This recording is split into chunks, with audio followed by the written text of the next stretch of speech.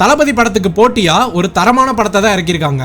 ஜனவரி 9 release ஆக போற ஜனநாயகன் படத்துக்கு அடுத்த நாள் ஜனவரி 10 ரிலீஸ் ஆக போற பராசக்தி படத்தோட ட்ரெய்லர் வந்திருக்கு.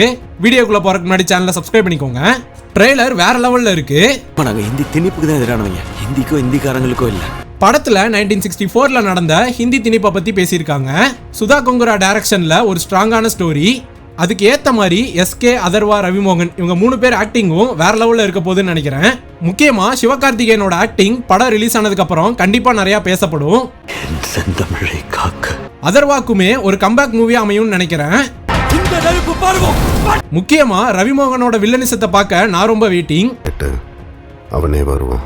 ஜிவி பிரகாஷோட பிஜிஎம்மும் ட்ரெய்லரை நல்லாவே தூக்கி கொடுத்துருக்கு. படத்துல ஆக்ஷன் சீக்வன்ஸும் பலமா இருக்கும் போல. ட்ரெய்லர்லயே நிறைய பவர்ஃபுல் டைலாக்ஸும் இருக்கு. படமா எப்படி வரப்போகுதுங்கிறத வெயிட் பண்ணி பார்ப்போம். இந்த பராசக்தி ட்ரெய்லர் எப்படி இருந்துச்சுங்கிற உங்க கருத்தை கமெண்ட் பாக்ஸ்ல கமெண்ட் பண்ணிருங்க. பாய்.